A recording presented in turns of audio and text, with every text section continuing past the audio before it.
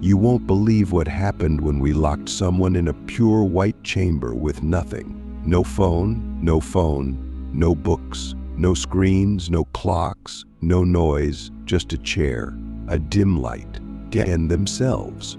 Within 17 minutes, they started to panic.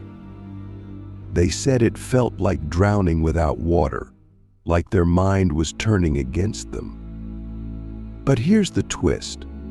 What if I told you that inside that discomfort lies the most untapped power of the human mind?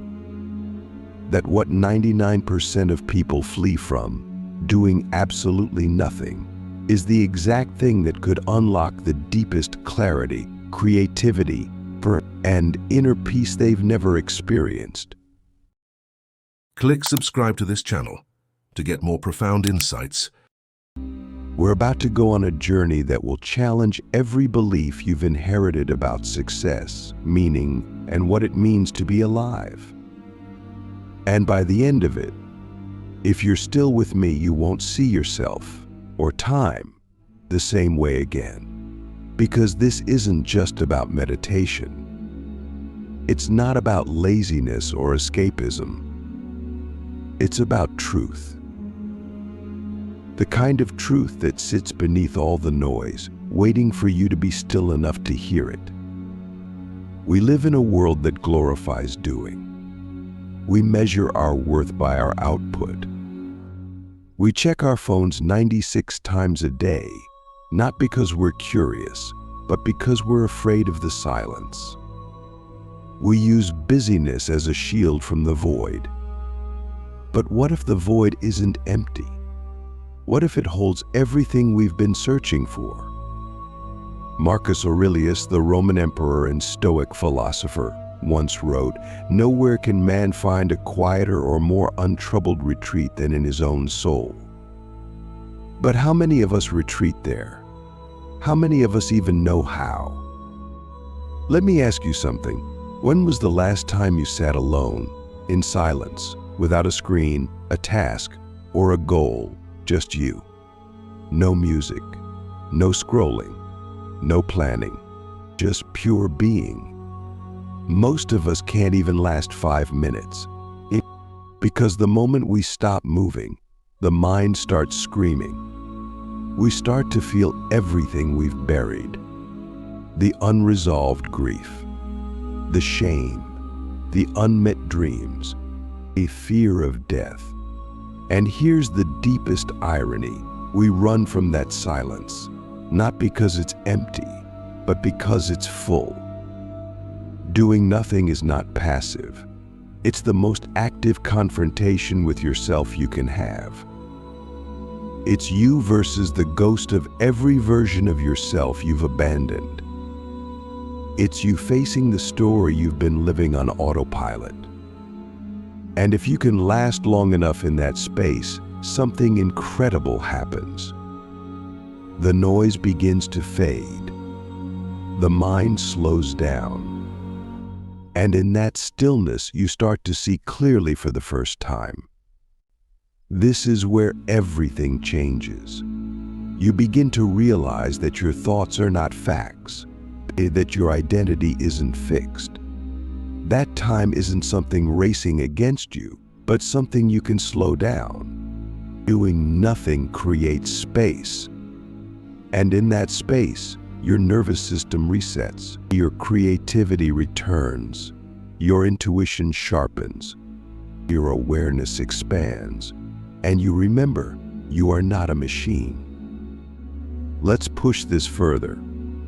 Have you ever noticed how your best ideas come when you're in the shower, walking alone, or staring at the ceiling? That's not a coincidence.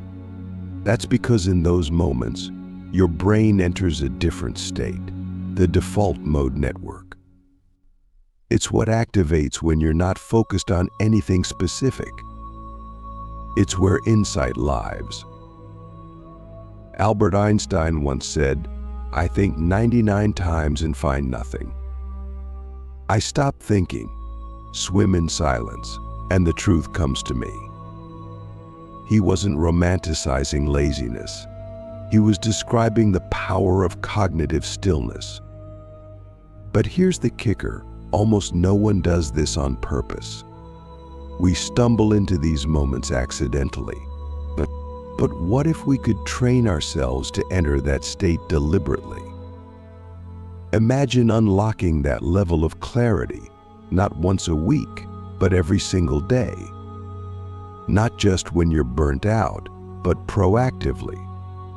That's the shocking power of doing nothing. It's not about stopping life. It's about finally starting to live it. We've been brainwashed to believe that rest is a reward, that stillness is weakness, that silence is awkward. But those are the beliefs of a culture addicted to distraction, a culture that's forgotten how to feel, how to listen, how to be. And to escape that trance, we need to do something radical. We need to stop. Not because we're giving up, but because we're waking up. And when you stop, when you allow yourself to sit in the discomfort of nothingness, you begin to see the architecture of your mind. You see the loops you've been stuck in, the fears you've been feeding, the lies you've been living. And once you see them, you can choose something different. That's the true power of doing nothing. It gives you the option to respond instead of react. Let me take you deeper. There's a moment in deep stillness that feels like death. Like a part of you is dissolving. That's not your imagination. That's your ego losing control. Your identity, built on doing, proving, improving, starts to fall apart. And if you can surrender to that fall, what emerges isn't emptiness. It's truth. It's the version of you that exists beneath the armor. The one that doesn't need validation. The one that doesn't fear time. But most people never get there because they bail at the first sign of discomfort. They reach for their phone, their to-do list, their next distraction, anything to avoid the confrontation with themselves. And in doing so, they miss the miracle. They miss the moment where everything could change. So here's my challenge to you. For the next 7 days, carve out 10 minutes a day. No tech, no tasks, just sit. Let your thoughts race. Let your body twitch. Let your mind scream. And just watch. Don't try to fix it. Don't try to analyze. Just breathe. A witness. Be. You're not wasting time. You're reclaiming it. You're stepping out of the collective hypnosis. You're remembering what it means to be human. Let me tell you a story. There was a man who spent years chasing success. He built companies, made millions, traveled the world. And one day he sat still for the first time in decades. 10 minutes in, he broke down crying, not because he was sad, but because he realized he'd never actually met himself. He'd lived 40 years without ever being with himself. That's the tragedy we're avoiding. That's the wake-up call doing nothing gives you. The philosopher Heidegger called it authentic being. The state of encountering life not through roles, labels, or goals, but through direct experience, and through presence, through being. And he warned, most people live in inauthentic being, constantly fleeing from themselves into distraction, duty, and noise. But the door back to authenticity is always open. It just requires the courage to stop running. So let me ask you the hardest question of all. Who are you when there's nothing to do? When there's nothing to prove? Nothing to achieve? Who is left when the noise fades? If you don't know the answer, that's okay. Most people don't.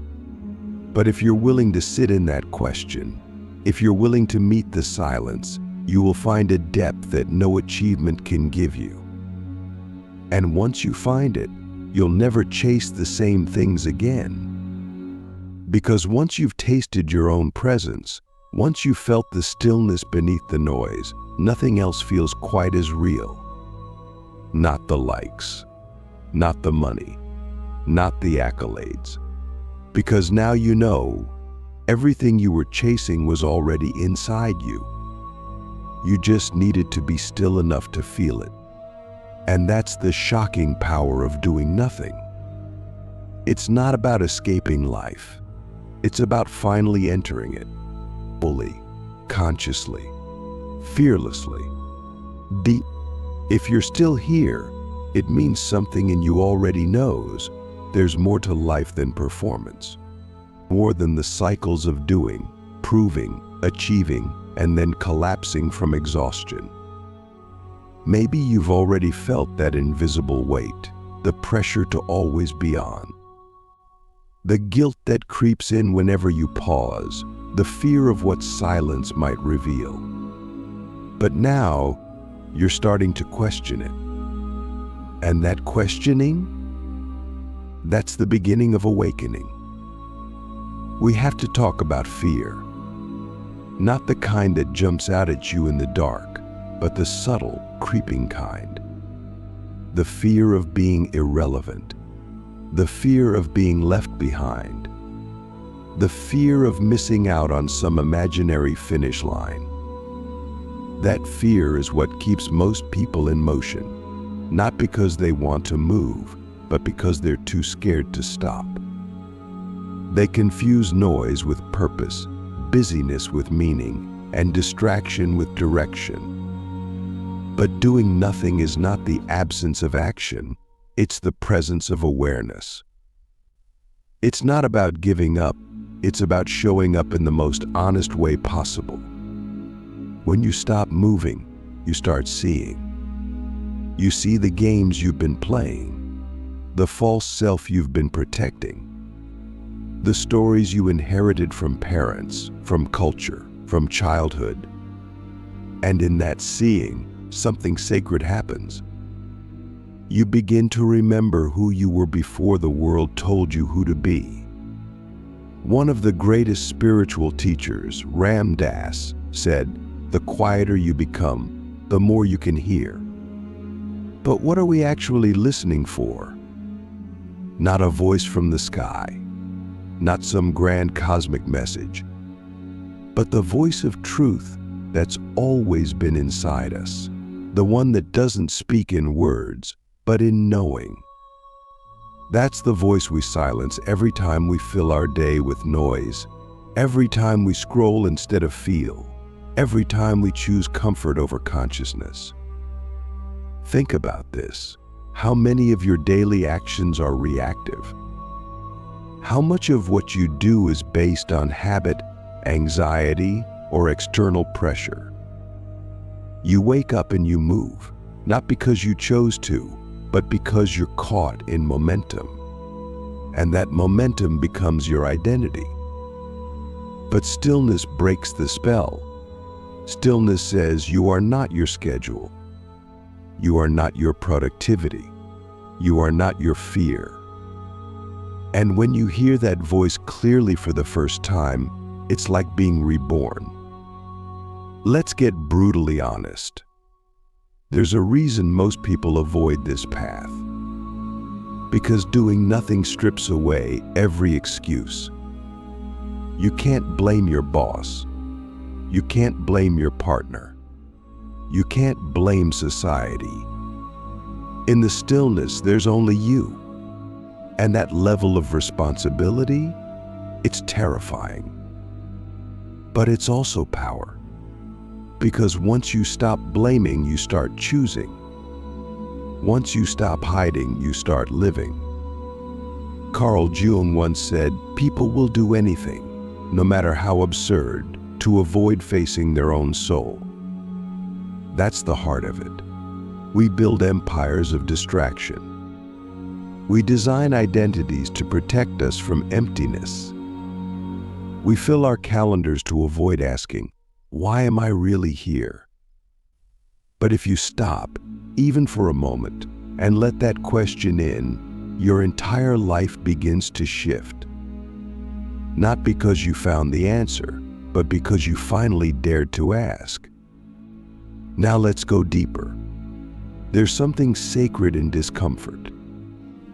Imagine sitting in silence and suddenly feeling a wave of sadness rise. Most people immediately run from it. They label it bad, try to fix it, or distract from it. But what if that sadness is wisdom?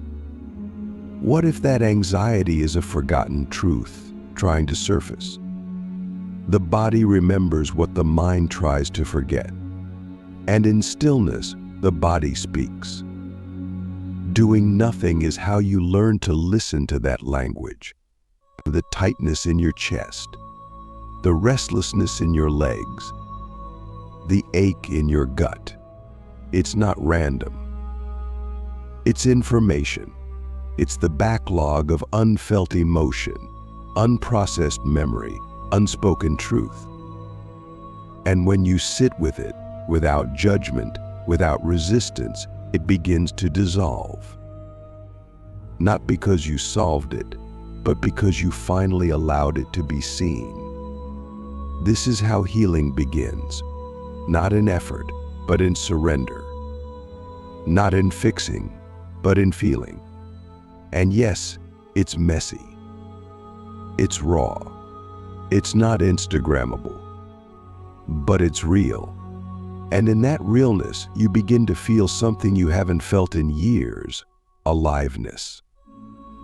Let's talk about identity. Most people think they are what they do. I'm a doctor. I'm an entrepreneur. I'm a student. But those are just roles, airy masks.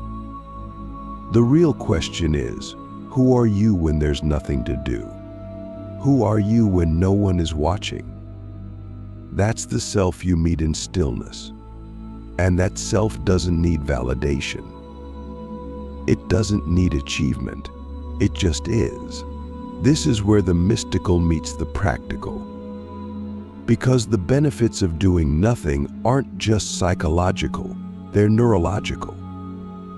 Neuroscience shows that when we rest, when we stop pushing, the brain doesn't shut down. It shifts.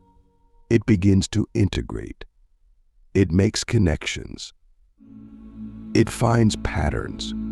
This is why some of the most innovative thinkers in history, Da Vinci, Tesla, Newton, spent huge amounts of time doing nothing. Because it wasn't nothing. It was everything. Now imagine applying this to your own life. Instead of reacting to stress, you pause. Instead of forcing decisions, you wait. Instead of rushing into action, you listen. What would change? How would your relationships shift? How would your work evolve? How would your inner world transform? Doing nothing is not about abandoning life. It's about re-entering it, awake. It's about touching reality without the filter of your ego.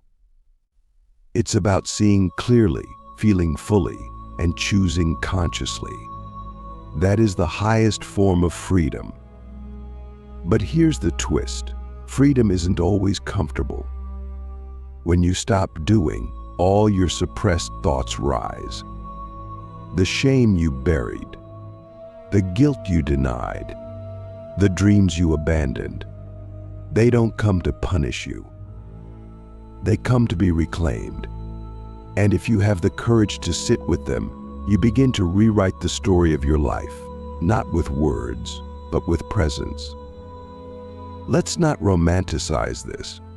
Doing nothing isn't always peaceful. Sometimes it's chaotic. Sometimes it's painful. Sometimes it's boring. But underneath it all is a deeper stillness, a river of peace that doesn't depend on circumstances. And once you tap into that, you're no longer at the mercy of the world. You begin to live from the inside out, not the outside in. You stop chasing the next thing because you're already home. You stop fearing the future because you're rooted in the now. You stop performing for approval because you've approved of yourself. And from that place, everything changes. Your work becomes more creative. Your relationships become more authentic. Your presence becomes medicine to others. Not because you're trying to inspire them, but because you've stopped lying to yourself. Doing nothing is the most honest thing you can do. It's the place where your masks drop, your defenses fall, and your truth emerges. It's not for everyone. Most people will reject it. They'll call it lazy, weird, pointless. But the 1% who understand, they live on a different frequency. They move slower, but deeper. They speak softer, but clearer. They do less, but impact more. You're still here. That means something powerful is already happening inside you. You've crossed a threshold most people never even approach. You've started to slow down, not just your body, but your mind, your soul, your story. And now you're beginning to see what we've been conditioned to ignore, that silence is not the absence of life. It is the presence of life. We've been taught that value is visible, measurable, quantifiable. But some of the most meaningful shifts you'll ever experience will happen in complete stillness. No applause, no metrics, just an internal click, a realignment so deep that the external world doesn't even know it happened. But you know, that's the moment your nervous system exhales. That's the moment you stop reacting and start responding. That's the moment you come home. And this is where the real mystery begins, because now you start to notice something strange. The more you stop, the more you see. Not just the world around you, but the invisible layers of it. You see patterns you couldn't see before. You feel truths you couldn't articulate. You experience time differently, like it's not something passing by, but something opening up, expanding, slowing down. And in that expansion, you find your real power. Let me ask you something you've never been asked in school, in meetings, or even in therapy. What if you stopped trying to fix yourself? What if the parts of you that feel broken aren't broken at all, but just unheard, unfelt, unmet? What if doing nothing is how you finally meet them? Not with judgment, not with shame, but with presence? This is where doing nothing becomes a spiritual act, not religion, not dogma, but the sacred act of sitting with whatever arises without trying to change it. Just like the sky doesn't resist the storm, you learn to let your inner weather pass through. And when it does, you realize the storm was never the enemy. It was the clearing, the detox, the invitation. Philosopher Alan Watts said, "Muddy water is best cleared by leaving it alone." But our entire culture is built on stirring the water, fixing, hacking, optimizing. And the more we stir, the less we see. But in stillness, the mud settles, the water clears, and beneath it, we see the reflection of something ancient, something true, ourselves.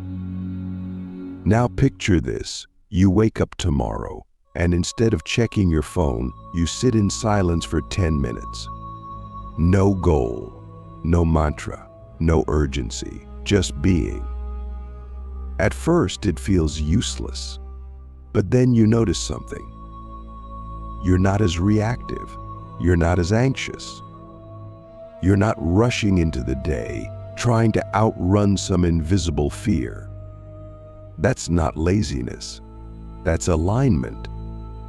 When you start doing nothing regularly, you begin to trust life in a new way. You stop trying to force outcomes. You stop needing to control everything. You start to see that life has its own intelligence, its own rhythm, and that you've been fighting against it with your constant doing. But now, you're learning to dance with it. And when you dance with life, synchronicity shows up. You meet the right people. The right ideas arrive. Not because you chased them, but because you created the space for them. That's the paradox. The less you force, the more things flow. The less you do, the more you feel. The more you feel, the more alive you become. Stillness is not the opposite of success. It's the root of sustainable success.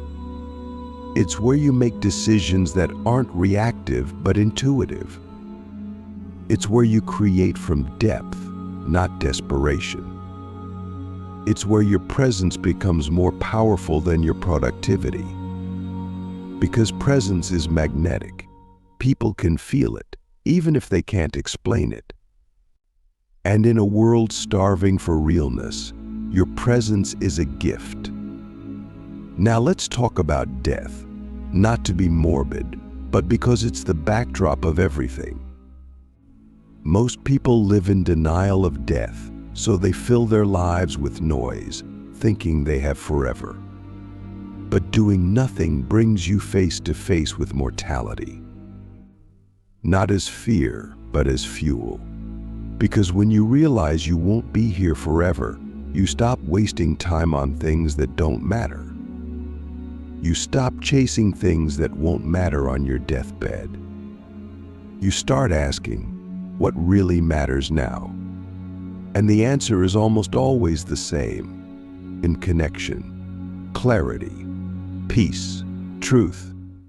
Not the next project, not the next purchase, not the next dopamine hit, but the depth you feel when you're fully here, awake, aware, alive. The ancient Stoics practiced this daily. Marcus Aurelius, Seneca, Epictetus, they all meditated on death, not to be dark, but to sharpen their presence. They knew that the only time we ever truly live is when we remember we're going to die. And in that remembrance, we stop postponing presence. Stillness is how we practice that.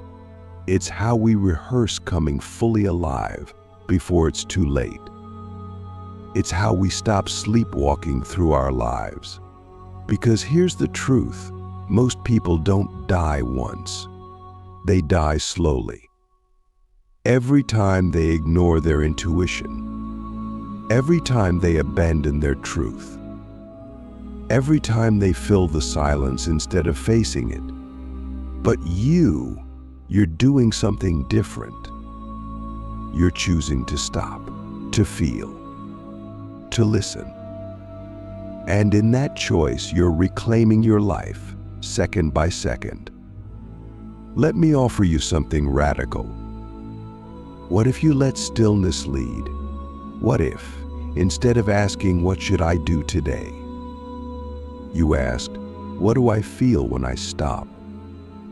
What emerges when I'm not trying to be anyone? What arises when I let go of the role, the mask, the grind? Try it, not as a productivity hack, but as a soul practice. Sit for 15 minutes, no distractions, just you. Let the thoughts come. Let the emotions rise. Don't judge, don't fix. Just stay present, breathe, watch, feel. At first, it may feel like nothing is happening, but eventually something will shift.